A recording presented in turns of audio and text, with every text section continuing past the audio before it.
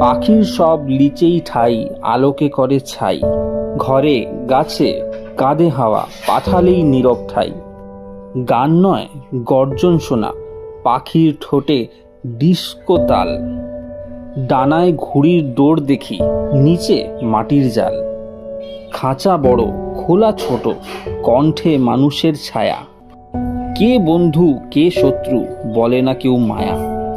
বোমার চিরে বাসা ভাঙে, শিশুর মুখে ধোঁয়া।